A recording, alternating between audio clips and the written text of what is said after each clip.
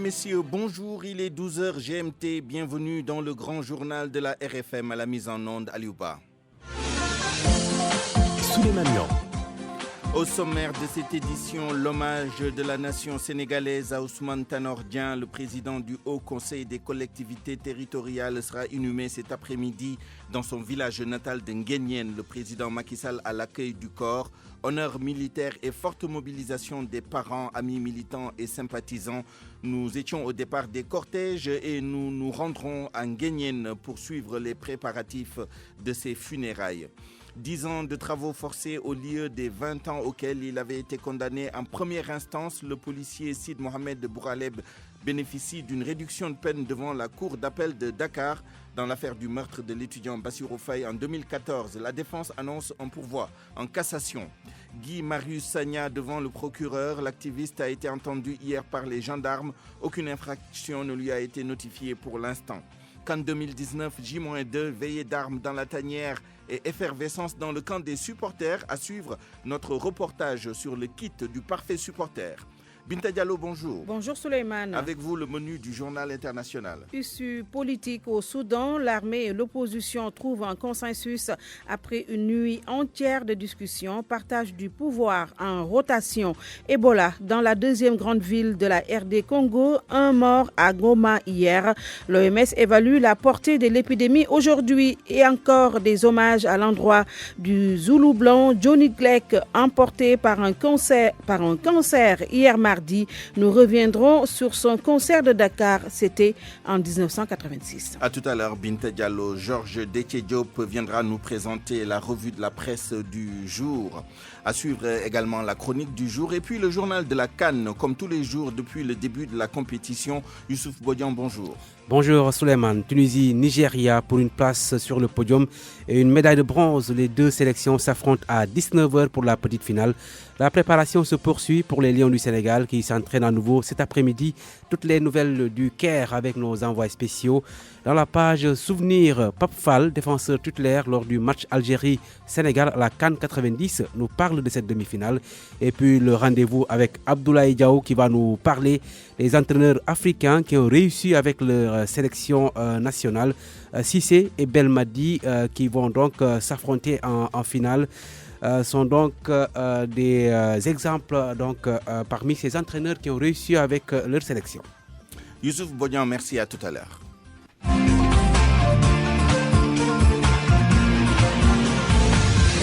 Souleymane Niang. C'est donc dans un peu moins de 3 heures maintenant que le vol spécial transportant le corps d'Ousmane Tanor Dieng devrait atterrir à l'aéroport international Blaise Diagne de Diass, à quelques 72 km d'Nguéniène, le village qu'il a vu naître et où il sera inhumé. Ce sera après un hommage national qui va se dérouler à l'aéroport de Diass. Nous en savons un peu plus maintenant sur la chronologie de la cérémonie officielle de cet après-midi avec vous, Ndiogou Diène. Oui, c'est le président Macky Sall lui-même qui va accueillir la dépouille du président du Haut Conseil des collectivités territoriales au pavillon présidentiel de l'aéroport international Blaise Diagne de Diass. Après quoi, il va, selon nos sources, décorer Ousmane Tanor Dieng à titre posthume au plus haut grade, la Grande Croix de l'Ordre national du Lion, comme il l'avait fait pour Bruno Diatta, l'ancien chef du protocole de la présidence de la République en septembre dernier. Après quoi, il y aura les honneurs militaires avant le discours du chef de l'État pour l'hommage de la nation. Le président Macky Sall qui va par la suite accompagner la dépouille du leader du Parti socialiste jusqu'à sa dernière demeure à Nguéniène, à sa ville natale dont il était d'ailleurs le maire jusqu'à son décès avant-hier. Ousmane Tanor Dieng, avec cet hommage à Ousmane Tanor Dieng intervient 10 mois seulement après celui rendu à Bruno Diatta le 27 septembre dernier. Une cérémonie d'hommage nationale au cours de laquelle le chef de l'État avait pris la décision de baptiser la salle du Conseil des ministres et l'amphithéâtre de l'ENA, l'école nationale d'administration, au nom de celui qui a été pendant plus de 4 décennies chef du protocole de la présidence de la République.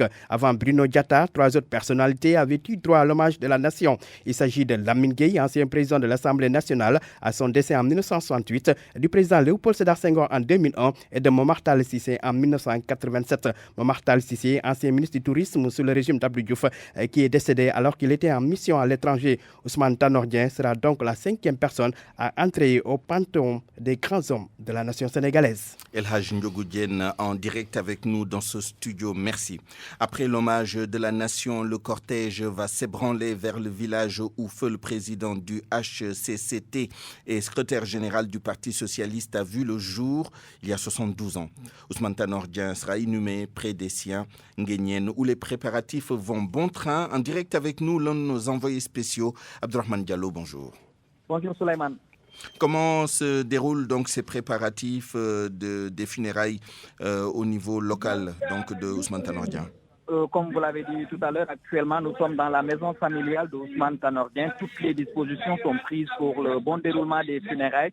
D'ailleurs, la tombe du secrétaire général du Parti socialiste a déjà été aménagée. Tanor sera inhumé dans la maison familiale. Désormais, il va reposer à côté de son père Biran Dieng. Actuellement, on assiste à des séances de prière et de récital de Coran. Les organisateurs ont réservé des chapiteaux pour les autorités, mais aussi pour le public. Donc, les délégations commencent à venir ici à Nguéniène. D'après toujours les organisateurs, la dépouille sera accueillie à la grande mosquée de Nguéniène après la prière mortuaire. Elle sera ramenée dans la maison familiale pour son enterrement. En attendant l'arrivée du maire de Nguéniène, cette commune est toujours dans la tristesse de Souleymane. Merci beaucoup Abdourahmane Diallo. Je rappelle que vous êtes en direct de la commune de Nguéniène. Nguéniène dont Ousmane Tanor Dieng était le maire durant ses mandats. Le village où la commune a été littéralement métamorphosée. Le petit village d'alors est sorti de l'anonymat et a bénéficié des nombreux investissements dans les infrastructures de base ainsi que de certains services sociaux de base au grand bonheur des populations locales. Ousmane Tanor Dieng a également donné du travail à beaucoup de jeunes sur place. Nguéniène reconnaissante prie pour son défunt fils dans ce reportage de Aminata Goudjabi. Dans la maison familiale d'Ousmane Tanor Dieng, des versets du Coran sont récités en sa mémoire. Sur les visages des personnes présentes, la tristesse domine. Bara, un jeune frère d'Ousmane Tanor Dieng, très occupé à recevoir les condoléances, est au bord des larmes. Avec Ousmane Tanor Dieng, le mot famille prenait tout son sens selon lui. C'était un père, un conseiller. Il supportait toute la famille. Tout Nguéniène pleure. Des lunettes pour cacher ses yeux rouges à force de pleurer, Aïssatou Ndiaye loue la générosité de Ousmane Tanor Dieng. Il a consacré sa vie au service de son village natal Nguéniène. Côté social, un homme digne, respectueux. Il a trouvé du travail à tout le monde. Les uns sont à la Sénélec, les autres au coude, les uns dans l'enseignement. On ne sait même pas quoi dire. Moi, je suis choquée. Le frère du défunt abonde dans le même sens. À Nguéniène, il y a un peu de chômeurs, s'il y en a. Tout le monde travaille.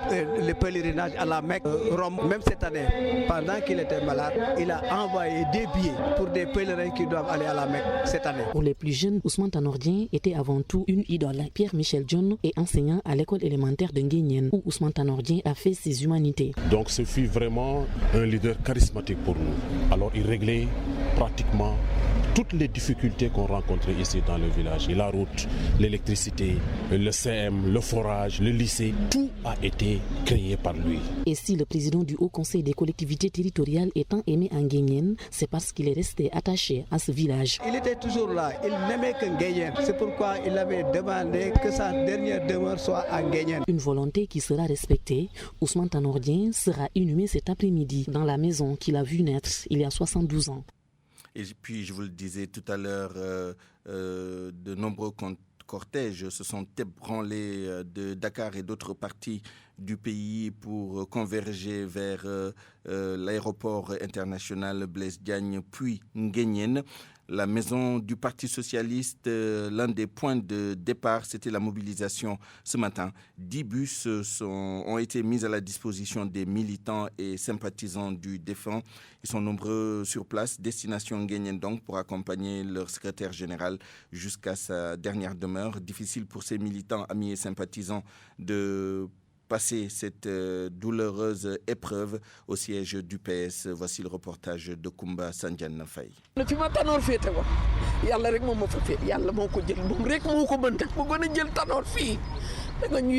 peux même pas penser que c'est échec, voilà, qu'on est en train d'organiser ces funérailles. Ils n'en reviennent toujours pas. Ils sont des militants, alliés et sympathisants encore sous le choc.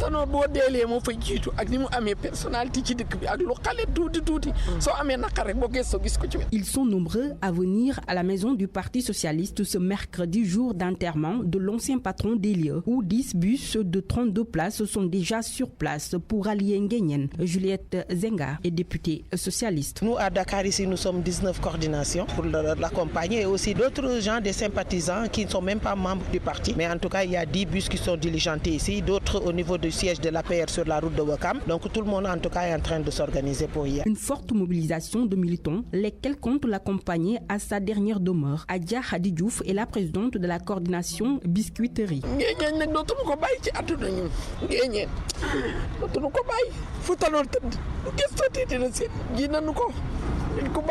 Même les alliés ne sont pas en reste. Les témoignages sur cette personnalité politique sont unanimes. Chérif Dia est du PIT. Pour tout ce qu'il a fait pour la République, nous irons partout où tout le monde ira pour l'accompagner jusqu'à sa dernière demeure. Ainsi, difficile pour les proches de l'ancien président du HCCT d'imaginer de devoir l'accompagner pour de bon et à jamais. Ils s'en remettent au bon Dieu et prient pour le repos de son âme. Voilà ce qu'on pouvait dire sur cet hommage national, en attendant d'y revenir un peu plus amplement tout au long de l'après-midi et peut-être en début de soirée. Il est 12h12. RFM, fréquente modulation, 94.0, la radio en puissance. RFM Midi. Souleymane Niang. Verdict de l'appel dans l'affaire Bassirou Faye. Le tribunal confirme la culpabilité de Sid Mohamed Bouhaleb dans le meurtre de l'étudiant en 2014. Pour autant, la défense entend se pourvoir en cassation dès demain pour obtenir la libération de son client. Le verdict a été rendu ce matin par Balagay. L'affaire Bassirou Faye ne connaît toujours pas son épilogue. Son client bénéficiant d'une réduction de peine de 20 à 10 ans, la défense reste pour autant insatisfaite. Maître Bédiélé Fall est membre du conseil de Sidi Mohamed Bouhaleb. Mais le gros problème demeure parce que la Cour retient la culpabilité de M. Mohamed Bouhaleb comme étant le meurtrier, comme étant le coupable du crime de meurtre commis sur la personne de Bassirou Faye. Cette décision, elle est inspirée par le désir de trouver un coupable à tout prix. C'est l'émotion qui continue.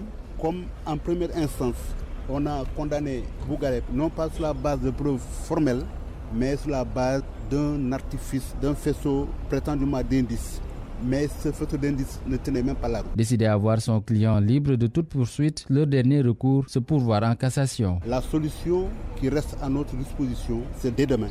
Nous allons nous pourvoir en cassation. Nous irons devant la Cour suprême pour faire valoir nos droits et espérer obtenir la cassation et l'annulation de l'arrêt qui vient d'être rendu. Du côté de la famille, c'est le soulagement total, même si la défense est dans son droit d'interjeter appel. Rappelle Maître Hassan Diomandjaï. Aujourd'hui qu'on a confirmé la culpabilité de M. Bouhaleb, la famille est soulagée. Maintenant que la Cour estime que ce dernier devait bénéficier de circonstances atténuantes, je pense que c'est à l'appréciation de la Cour. Mais ce qui importe de nouveau pour la famille, c'est qu'au moins la vérité judiciaire a été dite. Près de 5 ans de procès dans l'affaire Bassirou Faye, la Cour de cassation reste le dernier recours pour la défense. Restons dans la chronique judiciaire pour revenir sur l'arrestation de l'activiste Guy Marius Sagna par la section recherche de la gendarmerie nationale hier. Après avoir été entendu sur 2 publications qu'il a faites ces derniers jours sur les réseaux sociaux, Guy Marius Sagna sera déféré au parquet aujourd'hui. Toutefois, aucune infraction ne lui a été encore notifiée selon son avocat. Maître Moussa Sarr, rejoint ce matin par El Hadj Ndiogou-Diène. J'y étais l'après-midi pour l'assister. Il a été entendu sur 2 postes et il s'est largement expliqué. Mais pour l'instant, aucune infraction ne lui est imputée. En tout cas, hier, au cours de l'audition, aucune infraction ne lui a pas été imputée. Certainement, aujourd'hui, étant donné qu'il doit être déféré devant le procureur, on saura ce qu'il en adviendra lors de son face-à-face avec le procureur de la République. Sur l'un de ces postes, Guy Marius Sagna a fait état de menaces d'attentats terroristes contre la France. Est-ce que son arrestation ne serait pas liée à cela? Je ne peux pas me prononcer sur le fond de l'enquête compte tenu du caractère secret. Mais voilà, en tout état de cause, il ne s'agit pas d'affaires terroristes. Ça, je peux être formel. Il ne s'agit pas d'attentat ni de terrorisme. Pas du tout. Il ne s'agit pas de cela. Maintenant, pour le surplus, compte tenu du secret de l'enquête, je préfère ne pas me prononcer sur le fond. Vous écoutez le grand journal sur la RFM et il est 12h15. Reparlons maintenant de la remise des 5 premiers volumes de la collection de l'histoire du Sénégal au chef de l'État. C'était hier au Palais de la République. En particulier sur l'utilisation de la tradition orale. Il n'y a aucune subjectivité selon les historiens et les chercheurs qui ont contribué à cette œuvre monumentale. Par ailleurs, il salue l'idée du président sur la révision des contenus des programmes scolaires et universitaires en histoire. Amadou Sabarba. Réviser l'histoire du Sénégal pour éclairer le présent et baliser le futur, un projet conduit par un comité scientifique composé de chercheurs et d'historiens. L'utilisation de la tradition orale dans la rédaction pourrait poser problème, mais l'historien à la retraite estime qu'il n'y a pas de subjectivité.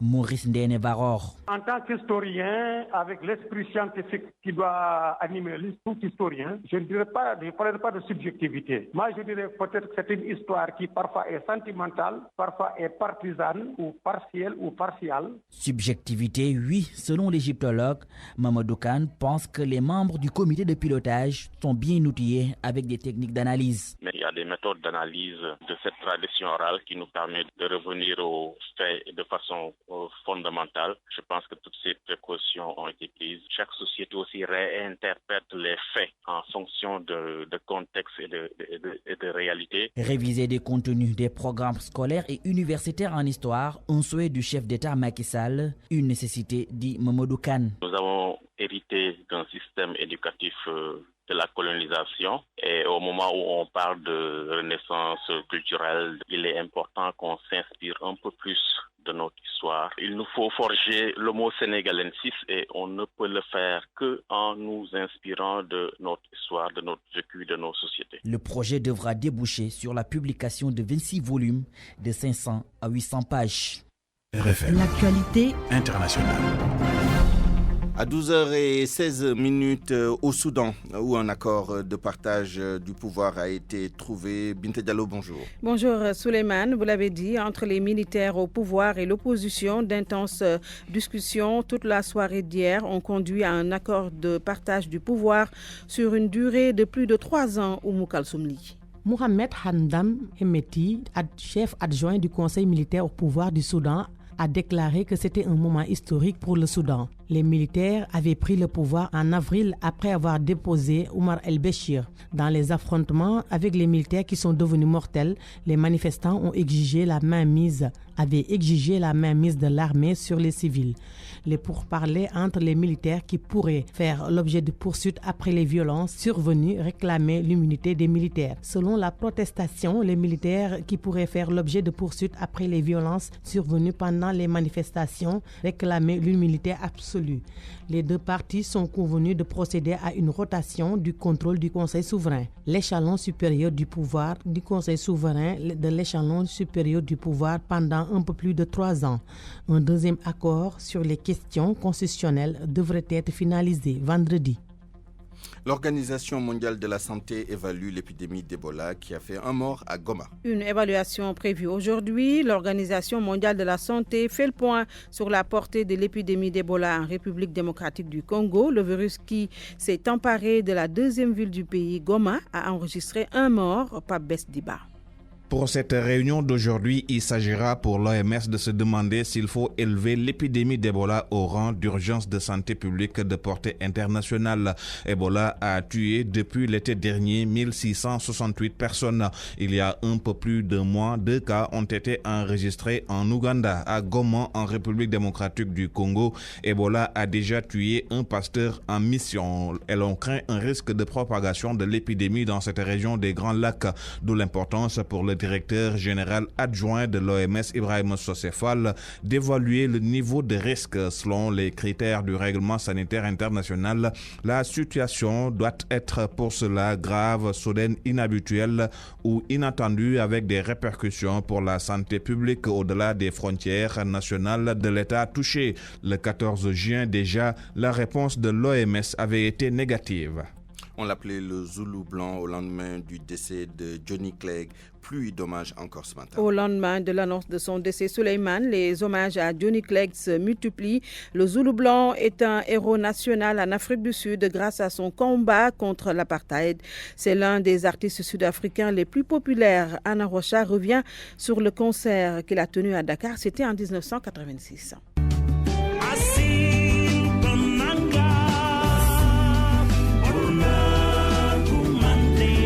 Le voici, Johnny Clegg, sur l'une des nombreuses scènes qu'il a eu à partager avec Youssou N'Dour. Le Zoulou blanc était l'un des musiciens sud-africains les plus connus du grand public.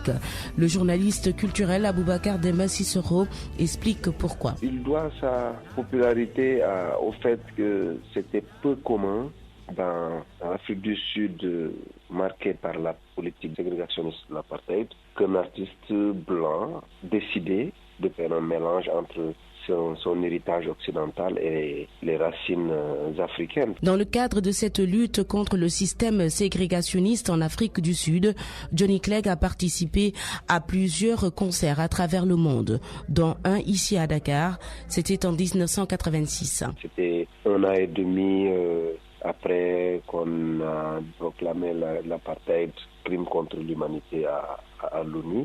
Donc il y a eu une série de concerts pour demander la libération de Nelson Mandela et puis demander la fin de l'apartheid. Donc les Sénégalais non seulement le connaissent à travers sa musique, puisque sa musique passait à la radio, on le voyait aussi à la télé, mais les Sénégalais, à l'époque dans les années 80, l'ont vu effectivement se produire ici. Même si l'apartheid est aujourd'hui qu'un mauvais souvenir pour les Sud-Africains, la musique de l'auteur du fameux tube Assi Bonanga en soutien à Nelson Mandela pourrait servir à d'autres causes humanistes d'actualité. C'est la conviction du journaliste Aboubacar Demba Sissoko. La lutte est permanente et des héritages comme celui de Johnny Clegg et tant d'autres peuvent inspirer dans ces luttes-là parce que on ne vient pas de nulle part. Des gens ont lutté pour qu'on ait des succès et qu'on peut toujours continuer à s'inspirer de ces luttes-là pour avoir d'autres succès, d'autres victoires. Johnny Clegg, c'est 40 ans de musique, plus de 5 millions d'albums vendus. Et en janvier 2018, il disait déjà au revoir à ses fans à travers le Farewell Tour. Pour finir, Binta Diallo, en France, le remplaçant de François de Rugy à la tête du ministère de l'écologie est connu. Elle s'appelle Elisabeth Borne, nommée ministre de l'écologie en remplacement de François de Rugy, démissionnaire. Elle était jusque-là le ministre des Transports. François de Rugy, éclaboussé par une affaire révélée par Mediapart, une affaire de dépenses privées qu'il aurait effectuée avec l'argent public alors qu'il était président de l'Assemblée nationale de la France. C'est tout, Souleymane, pour cette page internationale. Merci Binta Diallo. RFM Sport.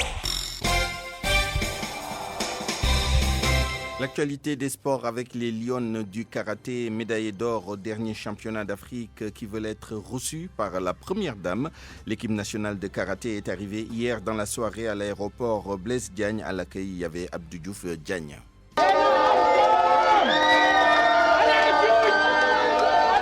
Parents, amis, supporters ont tous réservé un accueil chaleureux à l'équipe nationale de karaté qui participait au championnat d'Afrique de la discipline. Capitaine de l'équipe féminine championne d'Afrique, Maguette Seck demande aux autorités d'avoir un regard attentif sur ce que font les femmes sportives. Il est temps aujourd'hui qu'on regarde ce que les filles font, ce que les femmes font, parce qu'on a eu une finale très dure contre la Tunisie. Aujourd'hui, ce trophée qu'on a gagné, moi en tout cas personnellement, avec toute l'équipe, en tant que capitaine de l'équipe féminine, avec toutes les filles aujourd'hui derrière, nous on dédie ce trophée à la première dame. Nous, en tout cas, on attend d'être reçus. Je dirais même pas par le président de la République, mais je dirais par la première dame. Le Sénégal a eu ses médailles grâce à la mentalité des athlètes et non au soutien des autorités. Selon le président de la fédération, Mohamed El Mokhtar Diop déclare que l'équipe rencontrait beaucoup de difficultés. Les athlètes ont gagné juste par rapport à leur mental. Et à ce niveau-là, je pense que nos autorités doivent faire des efforts. Quand il y a des athlètes qui représentent une nation, quelle que soit la discipline, il y a une équité qui doit se faire. Les athlètes actuellement ont gagné le titre, ils n'ont pas reçu de per diem. Il y a des primes qu'on leur doit. C'est des éléments qu'il faut mettre sur la table. On avait envie d'apporter beaucoup plus que ça, mais Dieu est juste. Quelqu'un ne peut pas mettre des milliards pour se préparer. Vous mettez 1 million pour vous préparer et que Dieu vous donne toutes les médailles. A signaler que nos athlètes ont emmené avec eux 8 médailles. L'équipe masculine termine 3e derrière la Tunisie et l'Algérie. RFM Rufisque, Abdou Diouf Diagne. Et bien sûr, un mot sur la Coupe d'Afrique des Nations de football à J-2 de la finale qui va opposer les Fennecs d'Algérie aux Lions du Sénégal vendredi. Nous évoquerons largement les aspects sportifs et la vie dans la tanière tout à l'heure dans le journal de la CAN avec Youssouf Bodian. Pour l'instant, intéressons-nous à l'arsenal du parfait supporter. Il y a le classique maillot floqué du nom du joueur préféré ou de celui du supporter, voire même un message personnel. Il y a aussi les autres accessoires plus ou moins originaux, écharpes, drapelets et autres. L'offre est abondante et variée. La demande suit également dans un marché dominé par les Chinois. Reportage ce matin à Dakar, Nafissatou Silla. Des sifflets style Vuvuzela, des brassards, des drapeaux de toutes sortes, des écharpes, autant d'accessoires aux couleurs du Sénégal pour supporter nos lions. La finale, c'est dans 48 heures et tout ceci se vend comme des petits pains. Abdou Ndiaye. Les brassards sont à 500 francs, les écharpes à 2000 et les drapeaux à 3000 francs CFA. On a tout, les gens achètent tout ce qu'on leur propose, mais ça marche encore plus après une victoire. Dans toutes les rues du centre-ville, les marchands ambulants se sont investis dans la vente de ces articles et ils avouent s'être remplis les poches. Depuis le début de la CAN, ça marche bien. Je n'avais investi que 25 000 francs CFA et là, vraiment, on s'en sort. Je m'approvisionne chez les Chinois, à Centenaire. Moi, j'ai déjà fait des bénéfices après avoir investi 50 000 francs seulement. Le temps de la CAN, un moment apprécié par beaucoup de ces vendeurs. Moi, je vendais des vêtements pour hommes, mais j'ai dû m'investir dans ça. Ça marche bien en ce moment. On peut vendre jusqu'à 25 sifflets par jour. Vraiment, il faut que ça dure. Pour l'heure, les bénéfices sont au rendez-vous et ces commerçants disent encore être plus heureux après une victoire des Lions sur les Fennecs d'Algérie.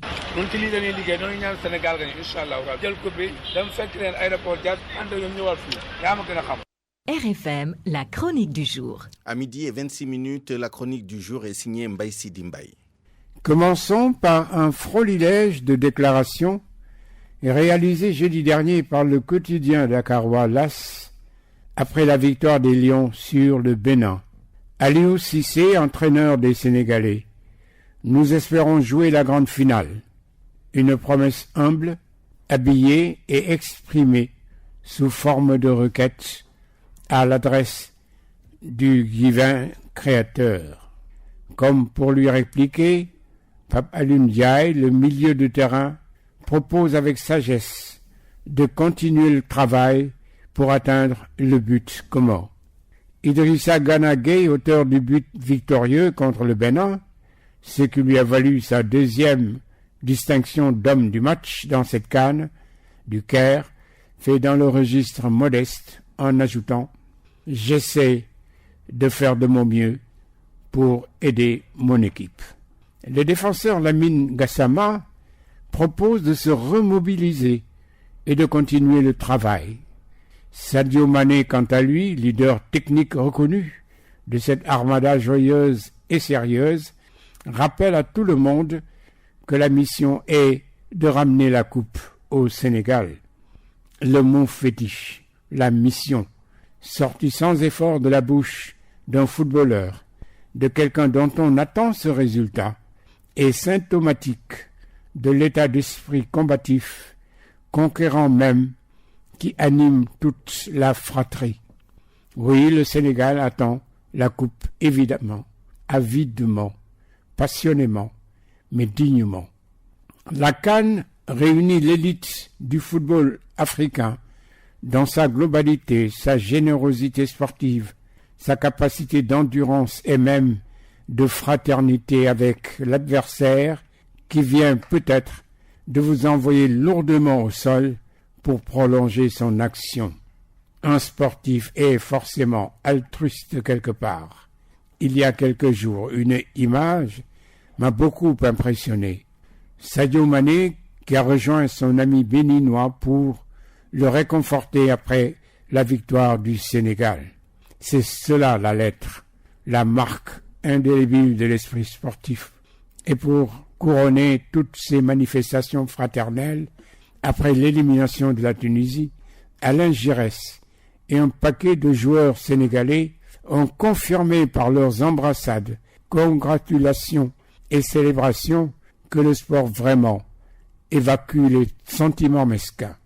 Tous les artifices et autres déclarations quasi guerrières de part et d'autre ne sont destinés qu'à motiver les équipes en lice et à inspirer les supporters, dont un exceptionnel, énorme dans cette galaxie du football, Alain Giresse lui-même, et qui annonce que Aliou Cissé va gagner cette CAN.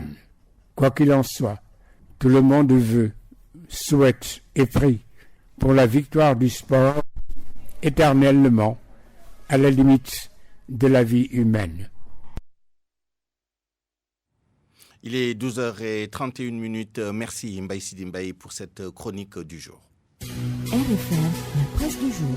Vous voulez vous sentir bien? Passez vos nuits dans un confort idéal? Travaillez en toute quiétude? Le New Max est ce qu'il vous faut. Découvrez la dernière génération de climatiseurs New Max de Samsung. Avec son design élégant et sa technologie avancée, économisez de l'énergie et profitez d'un confort personnalisé et adapté à votre température corporelle. Le nouveau climatiseur New Max de Samsung améliore la qualité de l'air de votre pièce en éliminant toutes les impuretés et vous offrira une sensation de bien-être toute la nuit. Pour cet été, procurez-vous vite le nouveau climatiseur New Max chez nos revendeurs agréés. Tous nos modèles sont garantis 12 mois. Samsung et son nouveau climatiseur New Max vous offrent votre revue de presse. La presse lue et commentée par Georges Détié-Diop. L'hommage de la nation au président du Haut Conseil des collectivités territoriales. La dépouille de Ousmane Tanor Dieng est attendue à 14h30 à l'aéroport international Blaise Diagne de Diass, à bord d'un Airbus A319, précise l'Observateur. Le journal souligne qu'à l'aéroport, c'est toute la République qui va se mobiliser pour rendre un dernier hommage digne de son rang au secrétaire général du Parti socialiste, qui aura droit aux honneurs funèbres en sa qualité de président d'institution. Le quotidien national Le Soleil parle d'un hommage national à un homme de consensus. Hélas, d'ultime hommage à OTD. Le journal informe que le président de la République va assister à l'enterrement à Nguyen, le village natal du leader socialiste. Et l'Observateur d'ajouter que Tanor sera inhumé à côté de son père dans la maison familiale. Macky Sall y sera. Abdou Diouf, non. Bassirou Sène, ambassadeur du Sénégal en France, confie à l'Observateur que le président Diouf ne fera pas le déplacement avec la dépouille, mais il sera à Dakar pour présenter ses condoléances à la famille. Abdou Diouf était à la levée du corps hier à Paris. Lamine Diack aussi y était, comme l'indique le quotidien LAS. Source A souligne que lors de la levée du corps, les témoignages étaient unanimes. Tanor, il n'y a pas son deux. Selon mon confrère, tous les responsables de partis et mouvements politiques présents en France ont tenu à rendre un dernier hommage à ce digne fils de la République. Ici à Dakar, le secrétaire général national du Parti démocratique sénégalais et l'ex-maire de Dakar s'y sont mis. Les Échos fait savoir qu'Abdoulaye Wade a salué l'homme courtois et Khalifa Sall s'est dit bouleversé. Pendant ce temps, dans l'AS, Maurice Soudieck-Dione évoque l'après-Tanor au Parti socialiste. De l'avis de l'enseignant-chercheur, le PS va s'affaiblir davantage avec le décès de son secrétaire général. Il ajoute que le PS est orphelin parce qu'il n'a pas préparé la relève. La politique, on en parle avec le report des élections locales. Sud Quotidien indique que les membres de la commission cellulaire du dialogue politique ont décidé hier, sur la base d'un consensus, de reporter les élections locales prévues le 1er décembre. Un report gagnant-gagnant pour les pôles de l'opposition et de la majorité, si l'on se fie au journal qui rapporte la position du coordinateur du FRN pour qui le report a été le fruit d'un consensus entre les différents acteurs. Selon mon confrère, l'opposition agrée pour l'évaluation de la présidentielle et l'audit du fichier. Le pouvoir crédité en temps pour structurer le parrainage et la révision des listes électorales. Le pôle des non-alignés et la société civile valident le report. Conséquence, selon Sud Quotidien, le mandat des élus locaux va encore être prorogé après le rallonge du 23 juin dernier. L'AS précise que cette décision ne freine pas le processus électoral en cours. Ainsi, il est attendu du ministre de l'Intérieur de matérialiser cette volonté de la classe politique en proposant un projet de loi en vue de la prorogation de la durée du mandat des conseillers élus en juin 2014. Mais alors, quelle sera la nouvelle date des élections locales? Le 1er septembre de 2020 selon Source A. Juin 2020 précisément si l'on s'en tient à Tribune. Et le constat fait par enquête est que de 1984 à nos jours, les élections locales n'ont jamais été tenues à date échue au Sénégal. Moralité, enquête parle de malédiction des locales. Alors on parlait de Lamine Diack qui était hier à la levée du corps de Ousmane Tanor Dieng à Paris et voilà que son fils justice fait l'objet de la une de Libération. C'est lié à l'affaire présumée de corruption à l'I2AF. Libération révèle que Pape Massata Diack est visé depuis le 18 avril dernier par un nouveau mandat d'arrêt. Cette fois-ci, c'est en lien avec le volet qatari de ce scandale. Selon mon confrère qui cite Mediapart, l'enquête porte sur des virements de 3,5 millions de dollars effectués par Oryx QSI, une société qatari gérée par un frère de Nasser Al-Khelaifi, le patron du PSG, et de Beansport à la société de Pape Massata Diack et agent commercial de la fédération chargée de négocier les droits des mondiaux. Libération indique qu'un courriel confidentiel qui ne figure pas au dossier judiciaire montre qu'un versement d'un montant proche de 5 millions de dollars, dont 440 000 en cash, a été négocié entre Pape Massata Diack et les directeurs de cabinet de l'actuel émir du Qatar. Des nouvelles à présent de l'équipe nationale de football qui prépare la finale de la CAN contre l'Algérie. Les Échos fait savoir que tous les Lions sont en jambes sauf Alfred Ndiaye. Et Cheikhou Kouyaté déclare que ce sera une autre rencontre vendredi et ils donneront tout sur le terrain pour gagner la finale. Mais Djamel Belmadi avertit qu'il faut achever le travail entamé. Et pour cette finale, Record s'intéresse à Keita Baldé Diao et Ismaïla Sarr, loin encore des attentes portées sur eux. Selon Record, ils présentent des statistiques presque similaires et doivent se rebiffer en direction de la finale où ils seront une fois de plus très attendus. Et l'argent de la CAN, des millions et des milliards à la une du quotidien Le Quotidien. 2,7 milliards aux vainqueurs de la CAN, le Sénégal déjà assuré d'empocher 2 milliards. 20 millions de francs CFA à chaque Lion en cas de victoire. À vos kiosques et bonne lecture. Pour cet été, procurez-vous vite le nouveau climatiseur New Max chez nos revendeurs agréés. Tous nos modèles sont garantis 12 mois. Samsung et son nouveau climatiseur New Max vous ont offert votre revue de presse. À 12h36, c'est la fin de ce journal que je vous remercie d'avoir écouté. Avant de nous quitter, un dernier rappel des titres. L'actualité dominée par l'hommage de la nation sénégalaise à Ousmane Tanor Dieng. Le président du Haut Conseil des collectivités territoriales sera inhumé cet après-midi dans son village natal d'Nguéniène. Cérémonie donc solennelle à l'aéroport international Blaise Diagne dans quelques heures à l'arrivée de la dépouille mortelle. 10 ans de travaux forcés au lieu des 20 ans auxquels il avait été condamné en première instance. Le policier Sid Mohamed Boualeb bénéficie d'une réduction de peine devant la chambre criminelle de la cour d'appel de Dakar dans l'affaire du meurtre de l'étudiant Bassirou Faye. En 2014, la défense annonce un pourvoi en cassation. Et puis Guy Marius Sagna devant le procureur. Aujourd'hui, l'activiste a été entendu hier par les gendarmes. Aucune infraction ne lui a été notifiée pour l'instant. Merci à toutes les équipes qui ont contribué à la réalisation et à la mise en onde de cette édition.